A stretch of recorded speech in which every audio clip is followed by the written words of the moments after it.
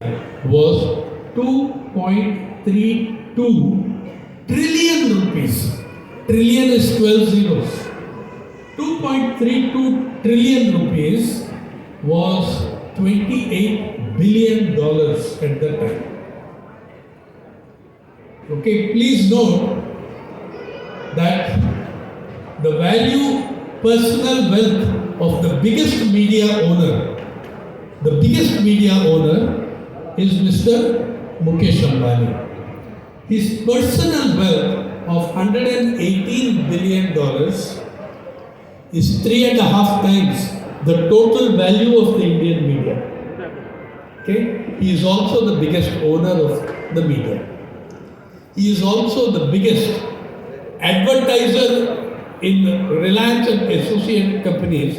In private luxury advertising, they are at the forefront. On April 1st that year, the value of the Indian media went from, on April 7th, 1 week later, the value of Indian media went from $28 billion to $36.5 billion. One deal, just one deal. Ambani's Jio signed a joint venture and merger agreement with Disney Hotstar. The value was worth $8.5 billion. The value of that deal, $8.5 billion, and it gave Mr. Ambani control of 60% of all streaming in India. All your streaming networks, 60% of all streaming in India belongs to one man. Now, $8.5 billion value we added to $28 billion.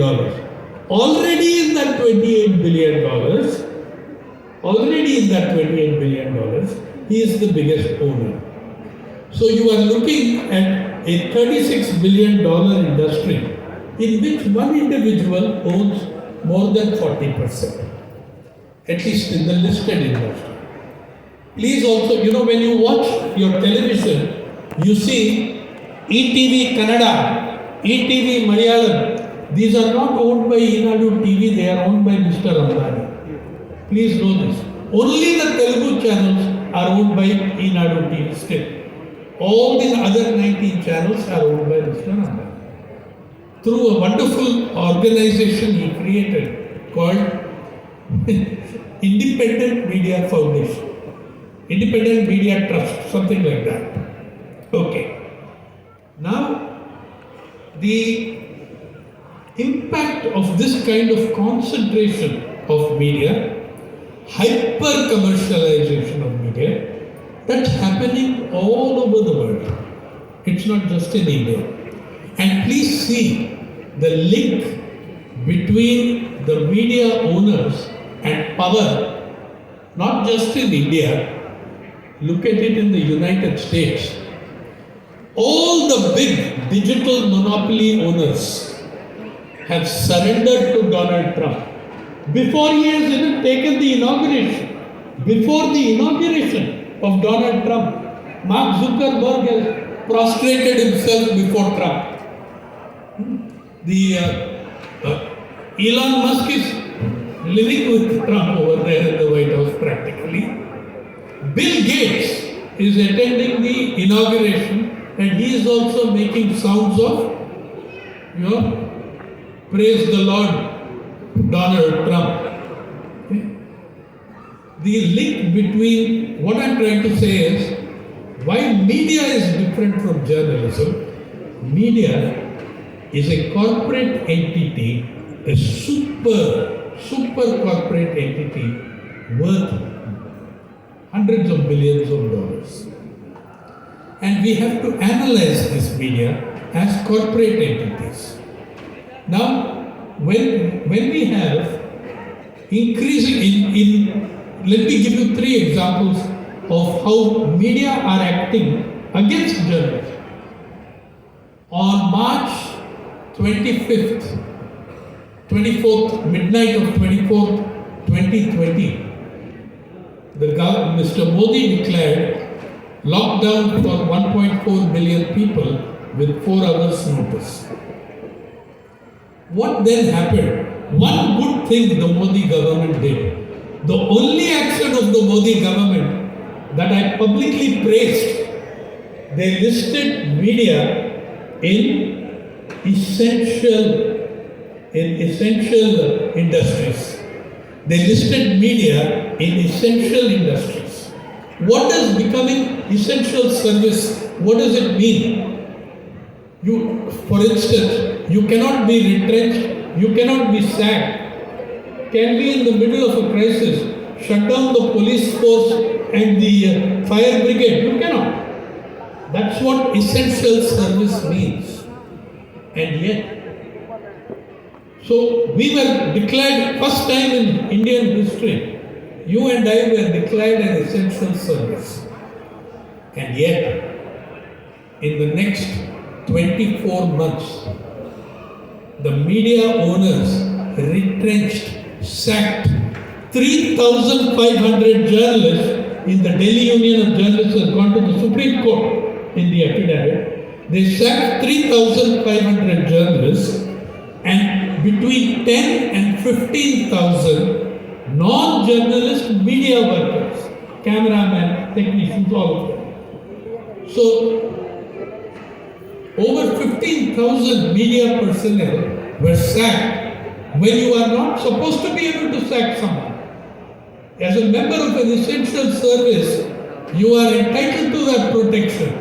But the media bosses are both so powerful and they are so close to power, so close to establishment that they could get away with anything. I was a member of the Press Council subcommittee looking at the retrenchments. We sent letters to all the media houses. Please give us your list of how many people you have sacked. Some of these things are very funny. You know what the media are doing now? No more stringer. No more. They are hiring someone when, suppose you are living in the Nandi Hills. You are a stringer.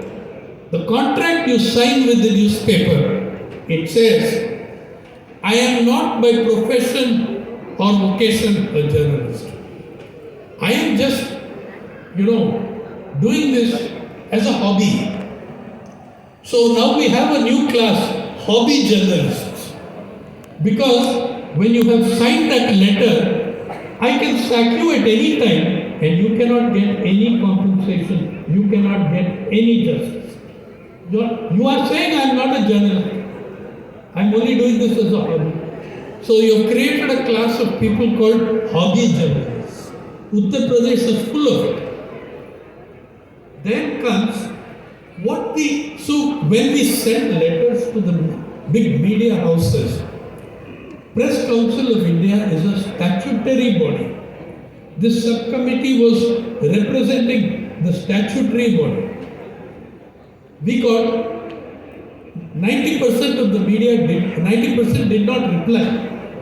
Those who replied, the big groups like Times of India, they told us it is none of your business. Press Council should look at freedom of expression. Press Council cannot look at hiring and firing. Okay? So, your job security has no link to freedom of expression. It has no link to freedom of media.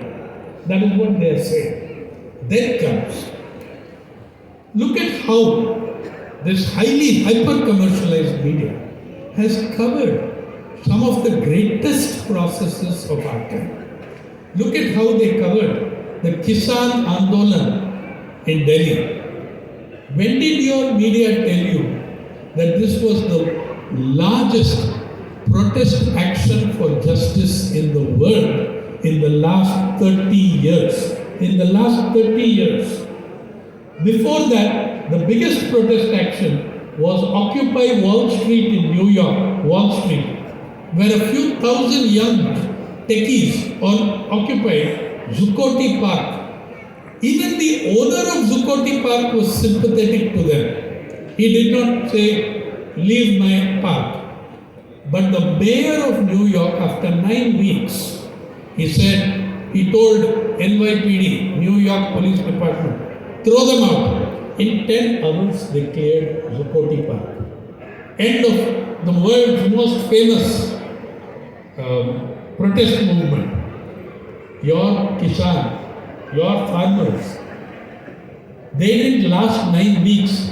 They resisted and lasted 54 weeks. 1 year and 2 weeks. Braving Delhi's worst winter in 40 years, its worst summer in 10 years, a horrible monsoon, 720 farmers died. How did we report it? Where does it show in your media that bravery that they were fighting for all of us, for our freedom of expression? Where is that? Now, anyone who went to the camps of the farmers, I was there frequently, I was also speaking on that platform. If you went there, every second slogan named Ambani, named Adani. Did the media tell you that? How can they tell you that when Ambani is the biggest owner of the media? How can they tell you that when Ambani is the biggest advertiser in those media he does not own? So the complete monopoly ownership of media is stifling journalism, is denying the public their right to know, their right to knowledge. Second, again you could see in the COVID-19, to this day, can any newspaper, can you point me to one channel, one newspaper which tells you how many Indians died? How many Indians died? Do we have, can you show me one editorial which says this many Indians died? No. If you look, Harvard Medical School, Lancet, World Health Organization, who was science part of WHO, was headed by an Indian, Dr. Soumya Swaminathan. WHO said 4.7 million Indians died. Immediately the government attacked WHO. Lancet said, Lancet is the leading medical journal in the world. They said 4.2 million Indians died.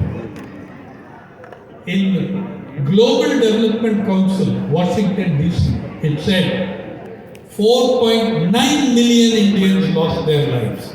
Johns Hopkins University gave 3 estimates, different methodologies, but all 3 methodologies showed that more than 4 million people had died. But what did Government of India say and what did our media say? Government of India said 4,86,000 people died. Once the Vishwaguru has spoken, the media dare not question. Once the Vishwaguru says not even 500,000, does the media dare question it? Where is the courage of this media that we were so proud of for its role in the freedom struggle, for its role in Indian history? A media that is the child of the freedom struggle. Okay? Now, when 2 crore and more people walked back to their villages in the COVID, the so-called reverse migrations, nobody covered them beyond the city boundaries. In People's Archive of Rural India, which I represent, our reporters went back with them to the villages. Otherwise, no, the newspapers which have the money to send correspondents to Davos to cover World Economic Forum in the world's costliest city in December, they don't have the money to send a correspondent to Marathwada or northern Karnataka to cover the drought. They don't have 20,000 rupees to spend, but they spend 5 lakhs sending a correspondent to cover World Economic Forum in Davos. The fundamental feature of our time is the disconnect between mass media and mass reality. You are the people, the journalists of this country, independent journalists who are standing on the front lines of defending the public's right to know, of defending the Indian people's right to freedom of expression. And it's because of the importance of the importance that I have come here today to salute you, like I did 2 years ago when when you had the Lit Fest in Karnataka, where you felicitated a handcart driver whose cart had been destroyed, the watermelon Nasim Khan had been destroyed. Karnataka has stood up. The writers, journalists, reporters of Karnataka have stood up. Some of them have paid a terrible price. M.M. Kalburgi was an academic, but he was also a prolific columnist and writer. He paid the price. Gauri Lankesh paid the price. I say with this to say that Karnataka's journalists have stood at the forefront of the defense of freedom of expression. And we all need that more now than ever. There are many things that we can all do in this situation. One, please strengthen your unions. If you don't, the unions, how did this media come to this stage? Because in the 1980s, the Maliks introduced contract system, 11-month contract system. And with that, all the unions collapsed. Who will join the union if the Times of India management is watching them? They are not going to join the union. So this was one. If the death of the unions will mean the death of independent journalists. Yes, you can do independent journalism outside the mainstream media, but you do not have that reach. And you can see what is happening to those YouTube journalists of Bastar and UP. They have no great organization to protect them and cover them. One is strengthen the union movements. And last, what we need to do also is to fight for anti-monopoly laws, to see that monopolies are broken down. You have done this in the past, in 1969, bank nationalization, etc. Even the United States has anti-monopoly laws in the media, but not India. I think you have unions, public action, mass movements. That is the way to defend press freedom and freedom of expression in this country. Thank you.